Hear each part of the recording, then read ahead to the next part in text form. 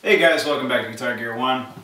Because I've gotten so many private messages about it and comments, I thought it was time to make a follow-up of the custom Zebrawood 7-string guitar here. There was an awful lot that I forgot to mention in the first video, so much so that I thought I better make another one just to explain some things. I left out a bunch of even key features. For one thing, that's very cool about the guitar is that it has a gem-style output jack into it, and if you're not familiar with that, what that means is instead of having the jack directly on the bottom of the guitar, which some people are concerned that if you were to step on your cord it would pull right out, you have like a Strat style output jack that's mounted into the top of the body of the guitar. This one is up and out of the way, so what happens is if you feed your cable through the strap of your guitar, it hooks over, plugs down into the body of the guitar, and even if you were to step on it, it would just pull down even deeper into the guitar, you know what I'm saying? So there's really no chance it can possibly pop out, it's out of the way. It's just kind of a cool little feature that you don't see too much. But what I wanted to tell you about is some of the funny things that happened when I bought this guitar. First of all, I mentioned that it was custom built by a guy, and when I ordered it from him, he offered to send it to me with these really low-end, cheapy pickups that I had no interest in having in the guitar. And I said, I tell you what, I'm planning on putting bare knuckles in them anyway, so why don't you keep the pickups? Do you have a case you could send me? So he sent me the guitar in a case, and I got it with no pickups in it at all. It was just routed out 4 pickups when I got it. So here's where the funny stuff started happening. I get the guitar in, I picked it up from UPS. They actually missed my house, so I had to go pick it up. And I opened the box, and here's where stuff started getting funny. One of the first things I noticed when I got it is there was no strap buttons on it at all. None. There was just wood. You know, so I got a hold of the guy and I said, what's the deal with the strap locks? And he said, oh, I completely forgot about them. And what he told me is, he told me he had been in a car accident himself, so he no longer plays standing up, and he just doesn't think about stuff like strap locks anymore. And I thought, well, that's pretty weird, but okay. So, shortly after I got the guitar, I got my bare knuckles in, and I usually have a good friend of mine named Tom that you've seen in some of the other Guitar Gear 1 videos that does my electronics work, because for whatever reason I've never bothered to learn how to use a soldering iron properly, truth be told. Tom was busy, and I thought, what the heck, I needed to have the strap buttons put in anyway. So I brought the guitar up to a shop in Milwaukee that my dad's good friends with the owners from, and I bought a set of strap locks, and here's where it gets weird. So I leave the guitar at the shop, and I asked them if they could install the pickups without bezels. I thought it'd look cooler just having the pickups right into the body of the guitar, which they were able to do easily. But so check this out. Not only had the guy not put in the strap buttons, he had not routed into the body of the guitar to go from the output jack into the inner control cavity to wire to the pickups. There was no route between the pickup cavities to wire the pickups together. So they had to do all this work just to even wire up the guitar. Okay, that happened. Is that something that I'm saying that this builder would ever do again? Absolutely not. He might be making fantastic guitars right now. All I can tell you is this is my experience. Okay, I'm just being honest. Secondly, and maybe we'll try to do some close-ups because maybe it'll come out, and I don't know if you noticed it in the other video or not. Watching it back myself, I didn't see this. The finish that he put on this, and I don't really know a whole ton or a whole lot about finishes. I know about nitrocellulose, I know it's very thin, I know it's not supposed to be a very long-lasting finish, and a lot of guys complain about that, although it is a much more resonant finish. It allows the wood to resonate much more freely. But this finish is just splitting like crazy. It's not, excuse me, actually peeling off the guitar, but it is just, I mean, it looks like the surface of a frozen lake that's been shattered. I mean, it's just cracking absolutely everywhere. So when I'm done yakking at you, we'll do some close-ups and see if we can get that to come up on camera. Another thing, this guitar builder that I'm going through for my 8-string has actually gotten to be a pretty good friend of mine, I'd say. I think it's fair to say. He's basically like, you're just going to have to accept it, man. With these tunings, you really just shouldn't be making a guitar that's only 25.5-inch scale. And like I said, I'm not like a whiz or anything like that, but I've set up a couple of guitars, and I have just never been able to get this thing playing well.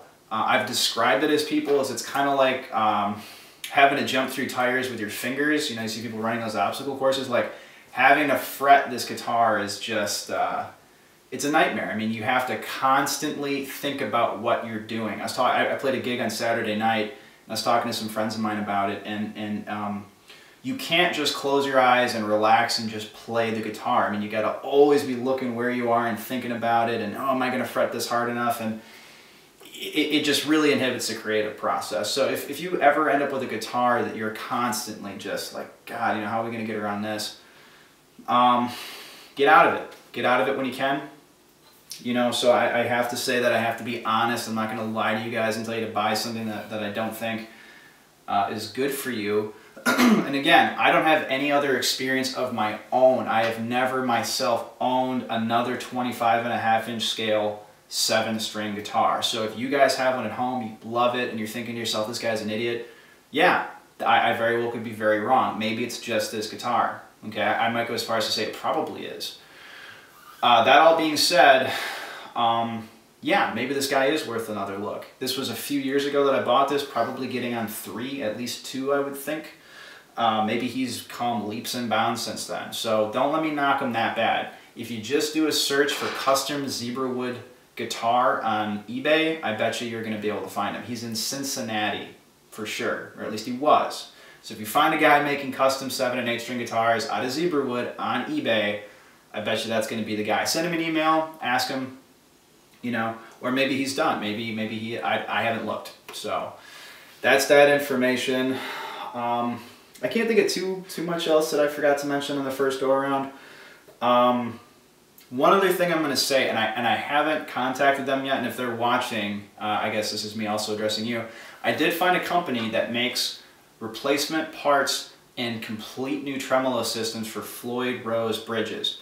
They make these brass blocks that the strings actually come up through. Well, actually, or they mount to, I'm sorry, you know. But they're made out of the same brass that they use to make horns. And I was mentioning before that every single part of the Floyd Rose, or any part of the guitar really that comes into contact with strings, can inhibit or increase the sustain of the guitar in terms of how much vibration is possible, which translates into tone and all that good stuff. But that would mean all of your saddles, okay, and these little blocks that are in the saddles that hold the string down, all of these parts, every single one of them that touches the trem, if they're made out of superior products, they're going to sound better. So you can, if you have a Floyd that's decent and you wish it sounded just a little bit better, you can replace that the trem block in here, okay, with a brass one made out of this instrument brass. You can replace the saddles with titanium saddles. You can replace the nut, the springs that attach here, okay. You can get noiseless springs that have like a dampening system to them, okay. There's a lot of things you can do that might really give you a much better sounding guitar just by swapping out a few parts for maybe not a whole lot of money. So if you're thinking about upgrading your tone a little bit, that'd be a really good place to start. So beyond this, if you guys have more questions, I'm more than happy to answer them. I love doing this stuff. But that's all I can think of for today. So I'm going to go ahead and give you guys some close-ups, show you this finished problem that I'm having. And again, any questions or comments, love to hear from you guys. So thanks for watching Guitar Gear 1, and have a good day. Okay guys, so here we are under the lights of extreme truth. And that's what I'm going to call them from now on. If you look up a bit above where my pickups are, and I'm sorry if this is out of focus, it's really tricky doing this under these really bright lights.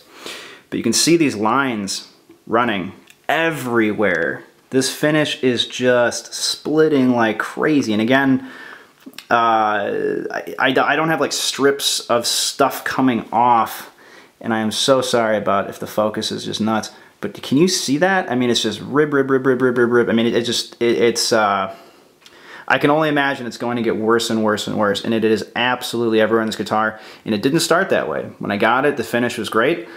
And as time has gone on, it's just gotten more and more hairline like that. Same thing on the back. And again, I don't know if you can see it just looks like scratches. I mean, it looks like some cat just went to town on this thing. So I'm gonna turn it over, and I'm so sorry if this is just not coming out at all. Oh yeah, see there? See what I'm talking about? And that's not belt buckle burn, that's not, you know, massive abrasion. It's not like I rubbed this thing all over something. It's just, that's just what's happening to it. So, conceivably, I don't know if in a year or two or whatever, if I still have this guitar, if this thing is just going to be shredding finish. But I can't imagine that's a good sign. And in a kind of weird way, it almost looks cool. And it might even look a little cooler through the camera than it does in real life. I mean, it's not like, it doesn't like make it look like it has like a maple top or something like that. Like, don't get that impression. But it just kind of gives it some character, and I guess maybe I'm being a little optimistic. But that is what's going on there, and I really hope you can see that. So anyway, just wanted to make sure you guys understood all that stuff. And if you're thinking about buying a custom guitar, you know, these are all things you're going to have to consider, especially if you're not buying from a factory where you can return it easily or whatever. Yeah, and then one other thing, you know what? I'm going to go ahead and do this while I'm thinking of it. I had a couple guys comment about this symbol that I have over the truss rod. Oh boy, that's still not going to want to come out, is it? There we go, maybe. Shoot. How do you like how professional this is, by the way, guys? And somebody said they think this is an aftermarket thing or a non-original or whatever. Let's see if we can get some light on there. Man, no matter what I do, you're just not going to be able to see that. Okay, well, whatever. It's probably all a waste of time, but we tried. So, yeah, there's all of that. And I'm not going to say it just yet, but again, this guitar build that I've been talking about, I've been bugging them, and I'm like, when am I going to start sending people your way, man? When are you going to start taking custom orders?